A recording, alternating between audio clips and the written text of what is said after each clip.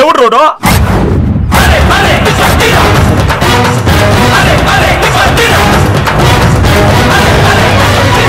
Hello brother, original suicide letter గానీ తెచ్చాడేమో.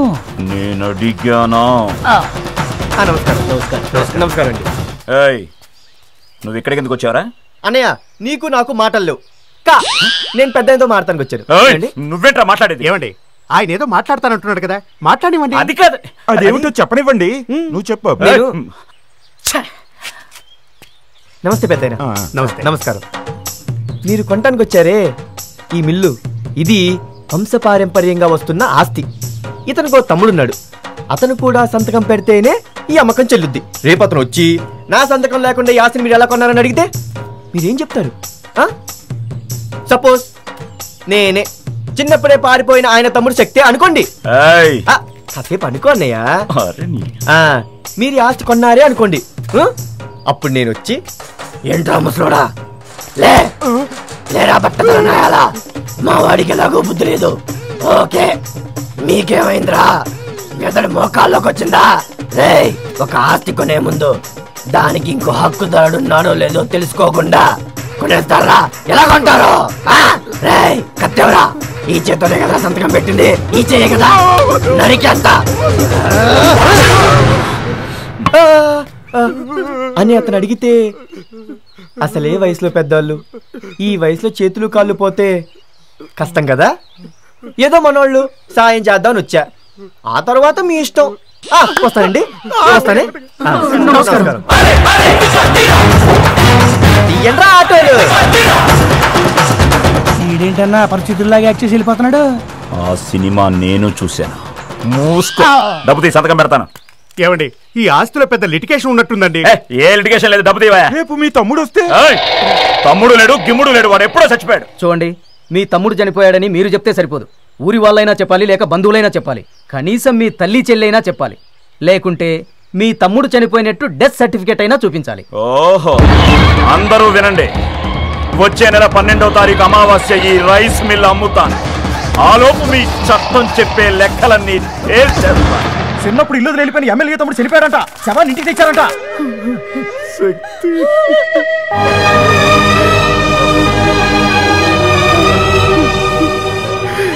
ఎంత పని చేసేవరా శక్తి. ఎప్పుడొస్తావు అని ఎదురు చూసేవాళ్ళు. ఇలా శవంగా వస్తావు. ఊరుకో దుర్గా, ఊరుకో.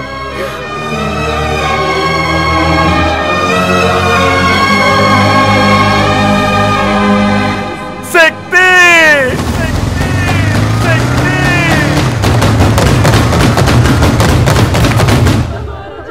సార్, మాది చాలా బ్యూటిఫుల్ ఫ్యామిలీ అంటూ ఎప్పుడు ఈ ఫోటో చూపించేవాడు సార్. ఎప్పుడు చూసినా అమ్మ, నాన్న, అన్న, చెల్లి అనేవాడు సార్. అమ్మకు చూపించండి. అమ్మ చూడండి, అమ్మ.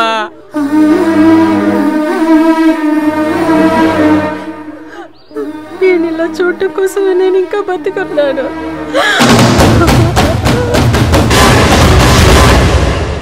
వీడొచ్చాడేంట్రా? ఒరిజినల్ తెచ్చాడేమో.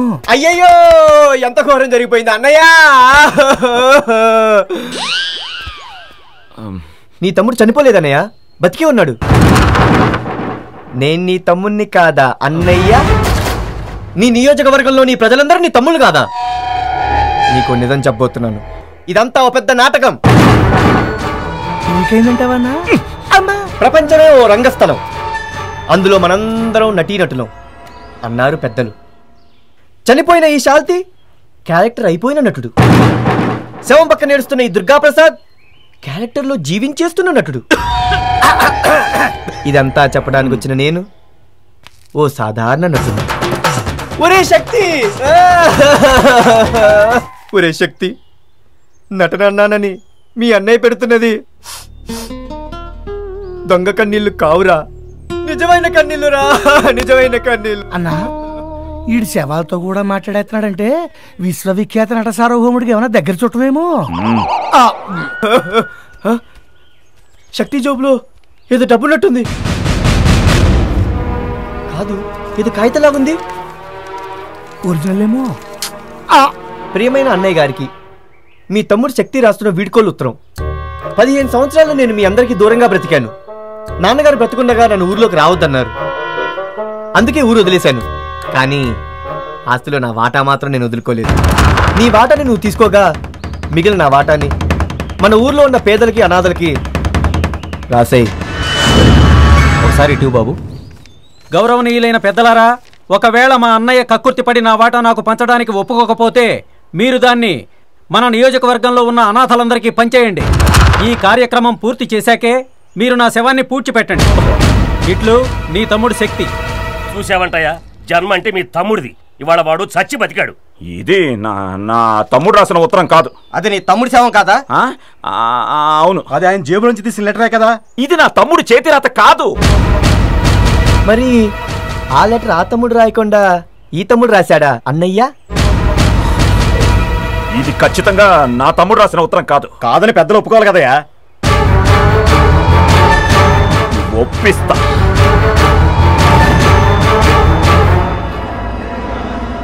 ఇదిగో, ఇది చిన్నప్పుడు మా తమ్ముడు రాసుకున్న నోట్బుక్. 2 రాత్రులు ఒకటేనా చూడండి. 2 రాత్రులు ఒకటే. సంతకం కూడా పుస్తకంలో చేసినట్టే ఉంది. అయితే ఆస్తి అనాథకు పంచేదాకా తమ్ముడిని పూడ్చిపెట్టకూడదా? రాయ్ ఆస్తిలో ఒక్కడు కూడా వాటా అడగడానికి వీల్లేదు. అయితే శవాన్ని కూడా తీయడానికి వీల్లేదు. వీడు నా తమ్ముడు కాదు. ఆస్తిలో వాటా ఇవ్వాల్సి వస్తుందని మాట మారుస్తున్నావా అన్నయ్య? ఇప్పుడు దాకా తమ్ముడు అన్నావు, మళ్ళీ కాదంటావే? ఆస్తి అనాథలకు పంచనంటే ఎలాగయ్యా? పంచు. చెప్పండి. ఊరి ప్రజలందరూ మమ్మల్ని క్షమించాలి. మేము గవర్నమెంట్ హాస్పిటల్లో వార్డ్ బాయ్స్. ఓ అనాథ శవాన్ని తీసుకొచ్చి అది శక్తి శవంగా నమ్మించమన్నారు. ఏదో డబ్బు కక్కుర్తిపడి మేము ఆడిన నాటకం ఇది. ఆ ఫోటో కూడా ఆయన ఇచ్చిందే. మమ్మల్ని క్షమించి వదిలేస్తే మా శవాన్ని తీసుకొని పారిపోతాం. చిన్న చచ్చిపోయాడు. అబద్ధం ఎందుకు చెప్పావు? ఇలాగేనా అమ్మ కడుపు కొద్ది పెంచాలని చూస్తున్నావా? ఏంటి అరుస్తా? నన్నే ఎదిరిస్తావా? గొంతు పిసికి చంపేస్తా. నువ్వెవడివిరా చేయి తీయమంటానికి? అక్కా చెల్లున్న ప్రతి వారికి అడిగే హక్కుందిరా. ఇది మా కుటుంబ విషయం. ఏంటి కుటుంబ విషయం? చెల్లిని ఇంటికి పిలిచి సీమంతం చేస్తే అది కుటుంబ విషయం. అదే చెల్లికి జీవితాంతం అండగా ఉంటే అది నా కుటుంబ విషయం. అంతేగాని మర్డర్ చేసేది మా కుటుంబ విషయం అంటే ఇక్కడున్న వాళ్ళు ఎవరు ఊరుకోరు. చేతీరా ఇస్తావా? నన్ను తీయమంటావా? దుర్గా చేతి పెద్ద అని చెప్తున్నాడుగా. దుర్గా చేతి.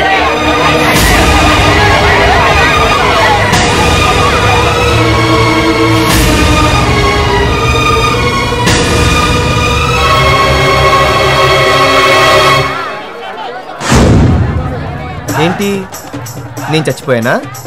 నేను చచ్చిపోయానని ఊరంతా చెప్పావంట. నాకెందుకు చెప్పలేదు? నీకెందుకురా చెప్పాలి? చెప్పాలమ్మా, నేనేగా నీకు దించేది మేకు. డెత్ సర్టిఫికేట్ తెస్తానన్నప్పుడే అనుకున్నా నువ్వు ఇలాంటి జిగ్ జాగ్ ఏదో చేస్తావని. ఈ నోట్బుక్ తీసుకెళ్లే రాయడం ప్రాక్టీస్ చేశా. అందుకే రాత సేమ్ టు సేమ్ దించేశా. ఎందుకు చేస్తున్నావురా ఇవన్నీ? చెప్తారు. ఎలక్షన్స్ వస్తున్నాయిగా, అప్పుడు చెప్తా. వస్తా అన్నయ్య.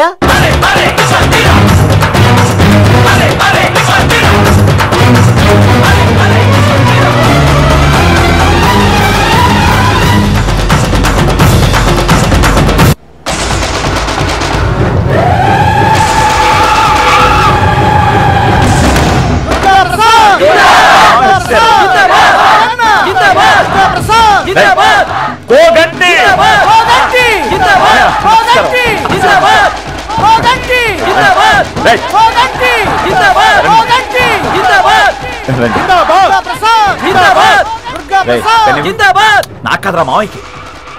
మావయ్య, మీ సువర్ణ హస్తాలతో ఆ పెన్ నాకివ్వండి. దుర్గా ప్రసాద్, దుర్గా ప్రసాద్, దుర్గా ప్రసాద్, దుర్గా ప్రసాద్.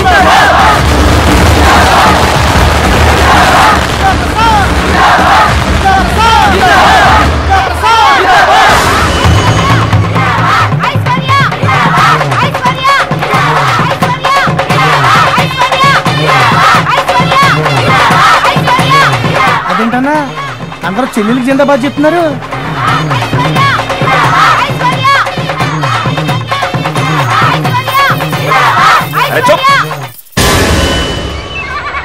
ఏమే నువ్వు నాకు పోటీయా? అవును. ఏ అర్హత ఉందే నీకు? అసలు రాజకీయం అంటే ఏమిటో నీకు తెలుసా? లక్షలు వెదజల్లి నన్ను గెలిపించడానికి మా మామ కోగంటి కోటేశ్వరరావు నా బ్యాక్గ్రౌండ్ లో ఉన్నాడు. నీకెవరున్నారే? చూడు.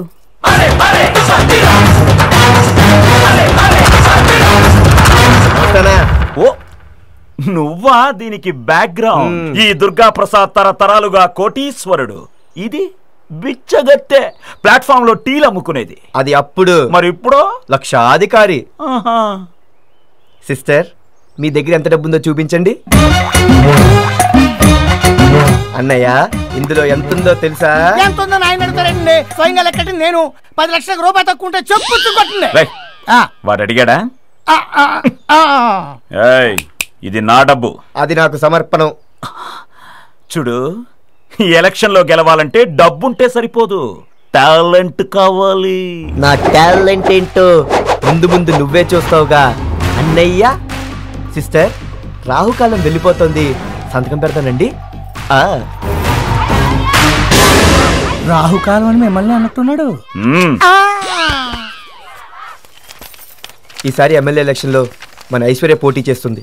మీరు ఓటేసి గెలిపిస్తే అందరి కష్టాలు తీరుతాయి. చూడు బాబు, ఈ అమ్మాయి పెళ్లి చేసుకుని భర్తతో వెళ్ళిపోయింది. నీ ఊరేదో పేరేదో తెలియనోడివి. నువ్వు చెప్తే ఓటు ఎలా వేస్తాం? దుర్గాప్రసాద్ అంటే చన్నవనేని రాజేశ్వరరావు గారు అబ్బాయి, మా ఊరోడు, మా కళ్ళ ముందు ఉంటాడు. మంచైనా చెడైనా ఆయనకే ఓటేస్తాం. మీరు వెళ్ళండి. ఈ నియోజకవర్గం దుర్గాప్రసాద్ గారికి కంచుకోట. దాన్ని భద్ర కొట్టడం నీ వల్ల కాదు. కావాలంటే ఒక క్యాన్ పాలు అడుగు, ఫ్రీగా ఇస్తాను. అంతేగాని ఓట్లు మాత్రం అడగ.